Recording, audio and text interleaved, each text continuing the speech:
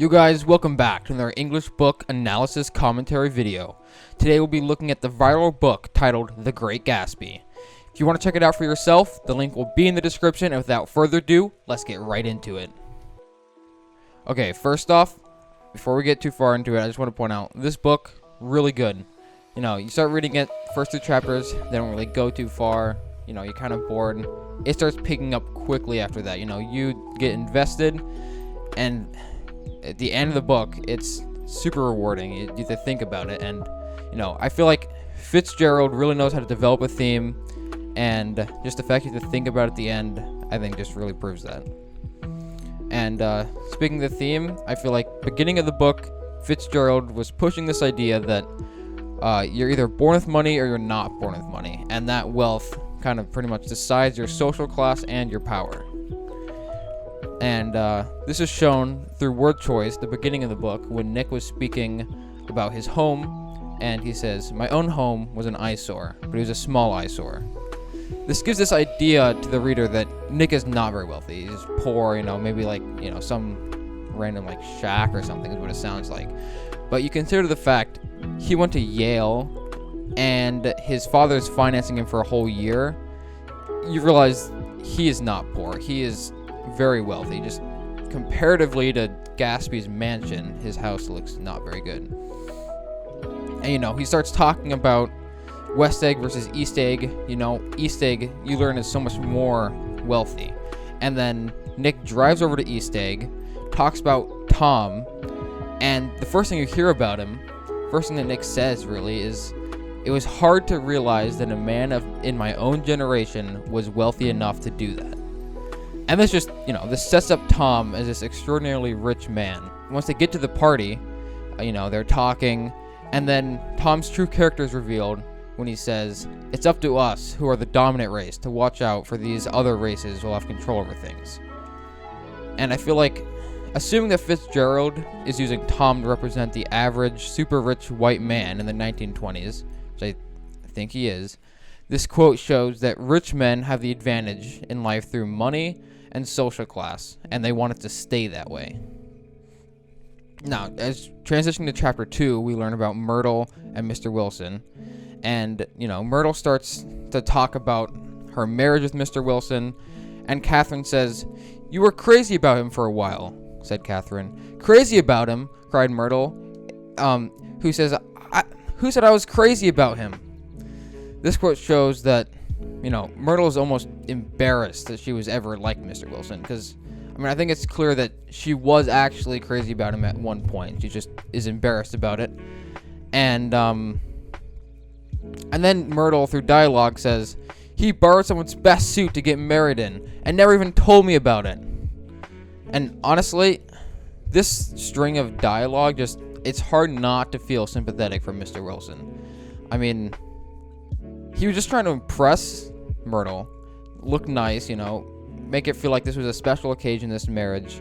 And Myrtle took that as an insult, never forgave him, still talks about it.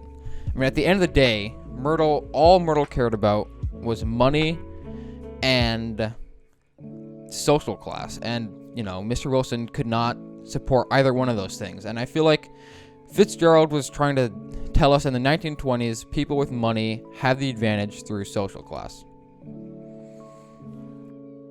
But this theme doesn't always stay this way. I mean, as the book progresses, Fitzgerald starts to tell a different story.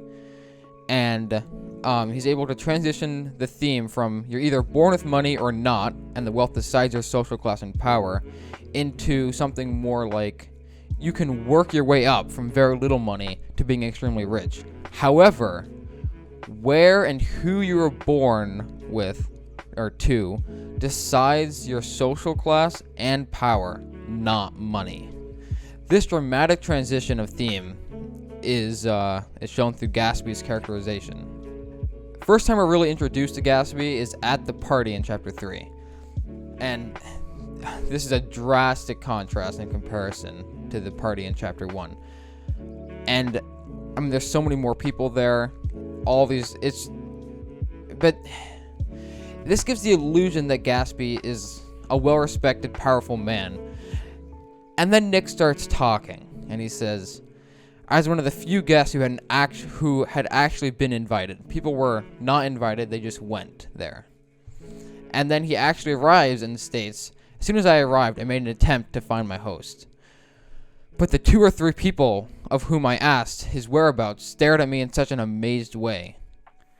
And I feel like these 2 quotes just show so much. They demonstrate people at the party have zero care for Gatsby. They just want to party. And this scene just makes it clear that Gatsby has no power. He has no respect. But this doesn't make much sense at the time. Speaking that it's assumed that he's always been rich. We don't know his past. It's, tons of rumors, but it's just the general consensus he's always been rich. Jumping all the way to chapter 6, we learn, that is not the case. He left everything behind him because, he used to be a farmer in North Dakota, and he left everything behind him, his name, his heritage, so he could gain social status and power so he could marry his love, Daisy. And, he did get rich, but he never did gain the social status and power. And when Daisy got the chance to pick between Gatsby and Tom, she still chose Tom. So I think that's just a sign that Gatsby failed. But, you move to chapter 9, this is even more clear. Gatsby's funeral, when Nick states, about 5 o'clock, our procession of 3 cars reached the cemetery and stopped in a thin drizzle beside the gate. Even with all those people at the parties, they regularly show up. All those people, 3. That's it. 3 people showed up to Gatsby's funeral. And I think that's Fitzgerald trying to say, you can work so hard and you can acquire wealth with that hard work, but you can't gain social status.